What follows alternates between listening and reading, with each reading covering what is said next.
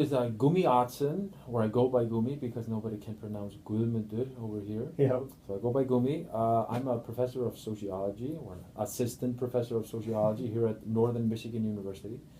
And I started here in the fall of 2014 of social mobility.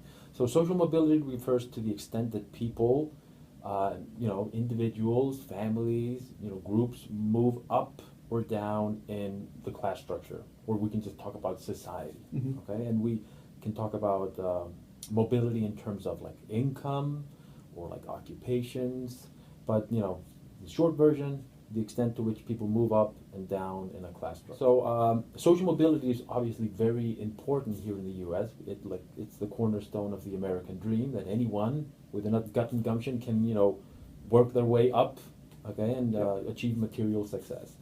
And we do see like ebbs and flows when it comes to social mobility.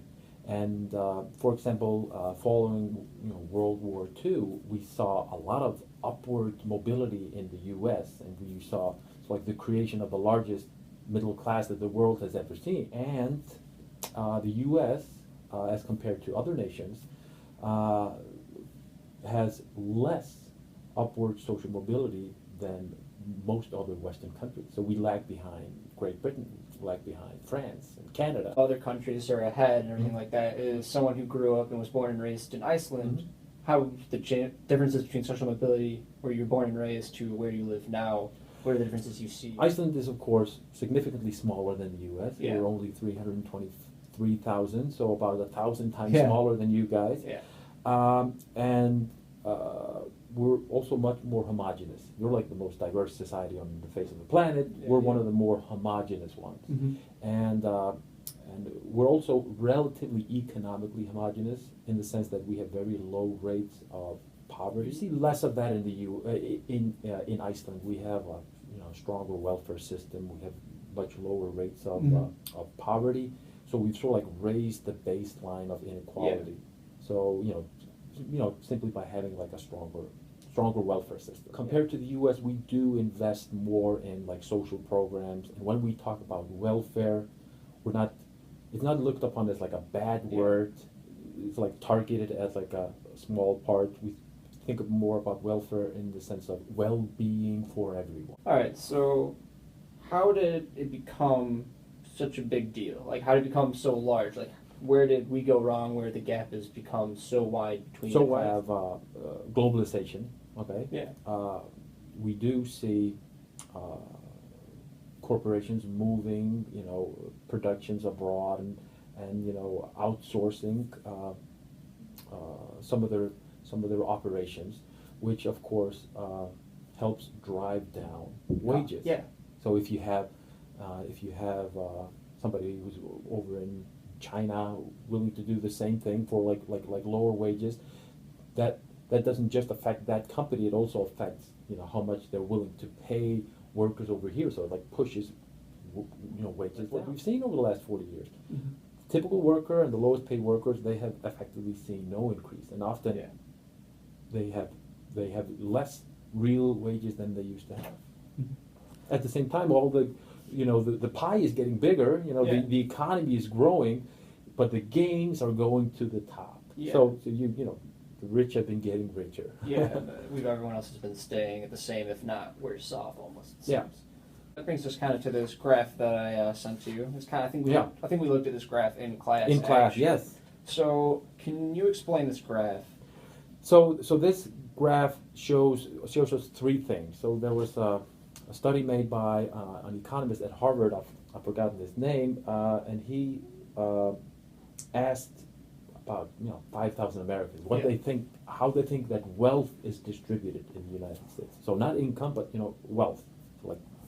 And so what we see, it's like in the middle, is how they think wealth is distributed between quintiles. Okay. Yeah. And so the middle graph shows what Americans think that it is. Okay. Yeah. And the bottom one shows what they would like it to be. And it's interesting to note that the bottom one, what they would like it to be, It's much more diverse. Yeah, and so this is what like 92% of Americans want. They want it to be like this, and Yeah. we're both talking, Republicans and Democrats and independents, but it's what Sweden looks like. So Americans would like well to be distributed the way that it's distributed. Then the top graph shows the actual distribution. Shocking. Which is quite shocking when you look at, well, both if you compare it to what Americans think that it is, Yeah. but especially to what they would like it to be. So reality is very far removed from what people think that it is, and it's even further removed from what people would want it to be.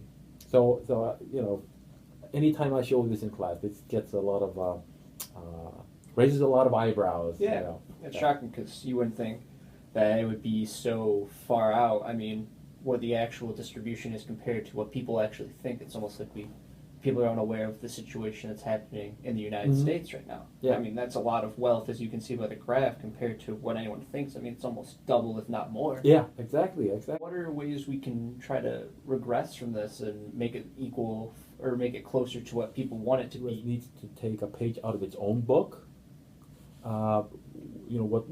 What we did following World War II, we invested a lot in education, and we did help people. Help people so like gain a foothold. For example, like with the GI Bill. Yeah. Helping the troops as they were coming back. To find their footing back in American society, and become successful. Education more affordable. Yeah.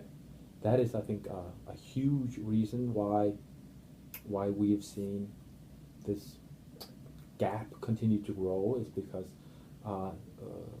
the path to education, especially higher education, has all what would we say?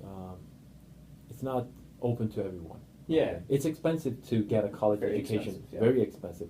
So making college education free, I'm not sure how realistic of a goal that is, but I think at least making it more affordable, I think that would be a great way to start. So final point, something that is tied into everything we've talked about in this interview and in my paper is something you actually opened up with class on the first day, and that is the three most important Yeah. decisions in your life: where you're born, when you're born, and who you're born to. I like to open my classes with this because we tend to, and this is not like an American thing. It's probably more of a Western thing than a universal thing.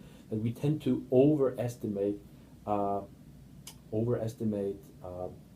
abilities to achieve desired outcome. Look at the data.